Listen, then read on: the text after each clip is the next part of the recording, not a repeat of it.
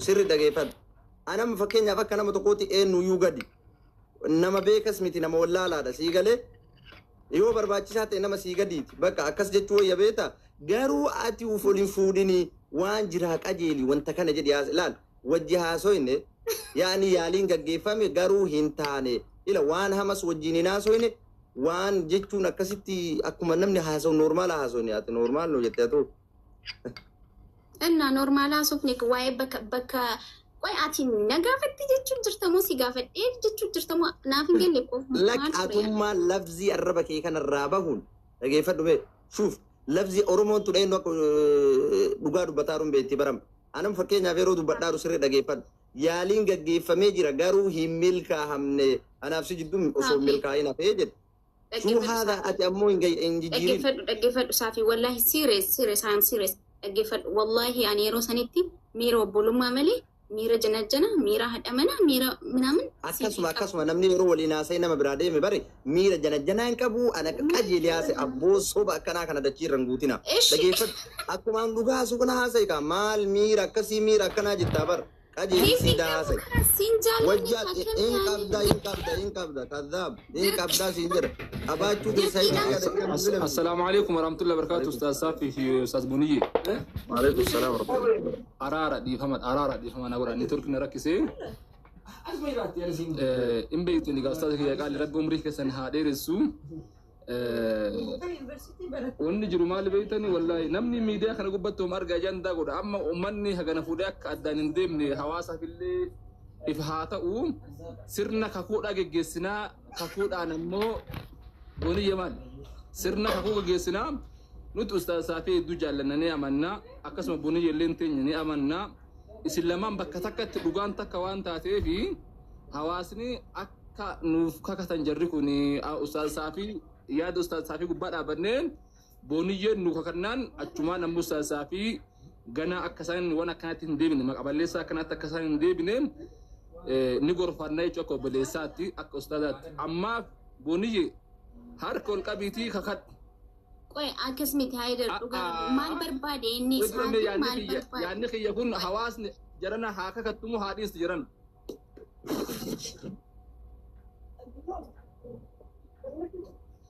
Ustaz baay'ee gaarii Ustaz Saafiitu yaaliin adda addaa narratti geggeeffamee ture fedha rabbii ta'e hin milkoofne jennaan isiin laa yaaliin geggeeffame tokko iyyuu hin jiru yaalii normaal noosan yoo ta'e nadatti yaaliin biraa ka geggeeffame hin jiru waan jetteef isa kanaaf Buniyyeen waan jette kanaaf sirna kakuunu geggeessitee sana booddee inshallah dubbii gabaabsina ajandaa jijjiirree jechuudha akkasuma mee hawaasa keenya warri gastidha maammi yeroo ammaa kanatti haidar maaliif dubbii kana kaasuun isa barbaachise maal barbaadeet qo'ee Saafiin ati dhiisigaa ati amma Ustaz Saafii tumurate يعني إذا كنت سريت ناتي السلام عليكم خلاص جرنا أمتها كتمو إذا أنا كمان كيات إذا هي أجندة بكتير بس ليه الله ما الدنيا ساني ما في غير يعني خايون كياهو أجندة كنا ست جواب سنة تابود أنا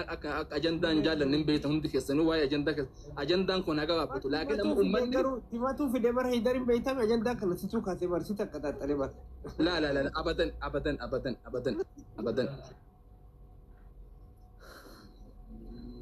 qoy bifa kanaan jechuudha. Ani beeta akka ajandaa kunutti fufuu fi isin itti deebi'a Buniyyi isin lamaan itti deebi'a.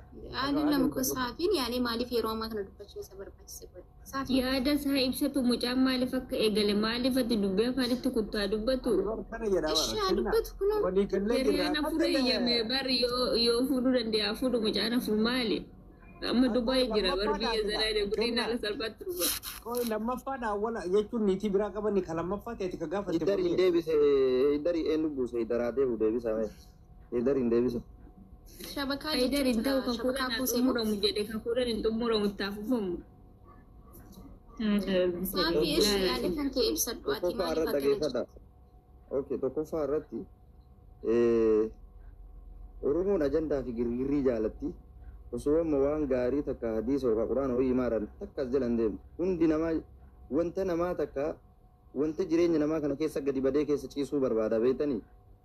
Jiratti matanni lamaan jidduu maaltu tahee rakkoo maaltu jira jettanii amma cinqamaartan rakkataartan garuu ani ka kana jedhe tokkoffaa salphina tokkoon qabu wajji haasa'uun ani booniyee wajjiin haasofnee kaane erga sini addaan teenne garuu dhugaan jirtu ammoo ila amma maali beektaa booniyyaa tas keessa wanni beekuu qabdu wanta kana tokkoffaa sa'aatii kana maa kaaftee naan jette wallahi enu waa takkaa fuun kaafne takkaa dubbadhee beekaa hin beekus namnis ni beeka akka naafatti asiin dura wajji haasofnee jiru bar viidiyoo nu dalagamee lafa jiraamni ni beeka namni bar Sabi wajjin yoo haasofne amma ati akka namni beeku namni dagatee jira namni maal beeka yaani yoo waliin kana hunda haasofne kafide bar ati waa akkachuudhaa bar atama gabaabsitee wajji haasofne ila dhageeffatu haasofne suma wajjinu hinaasoyne adaa nama hundaa akkana waa akkatta jechuudha hinaasoyne ani hin beeku yoo haasofnes jechuu obbolummaadhaan haasofne malee waan biraas hin beekan. rakkoo qabayyi sila mana darbisan jirana anin kun bila kana sibra xiqqaadhe wallahi sirri Oditaroota nama hin darbinaa. dhaabaa waan akkana nama guddaa asii buuftanii eeddariin buuftanii eenyu as keessatti darbeedha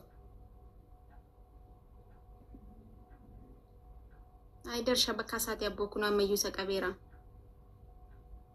Muyitii irra jirtu.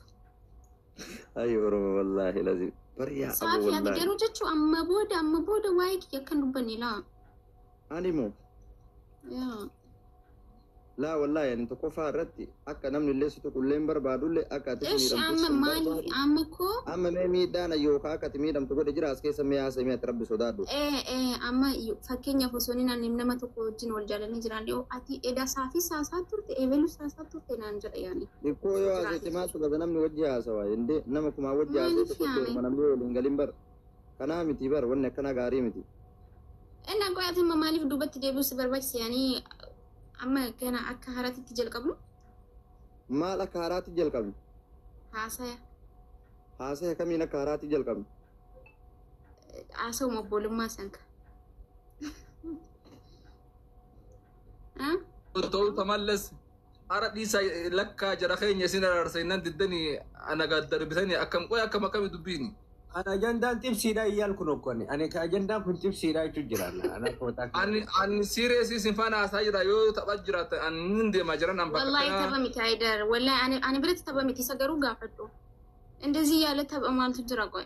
Taawee naanaa isaa turte? Saafii. Aguma nama kuma sadii takkallee taatochaa gaffaa nuti piliis Haidar nu dura dhaabbatiniiti. Jibbaata kiyya bareedaa kiyya mee dhaabbadhu yaa ustaaz Saafii nuti hin beekna.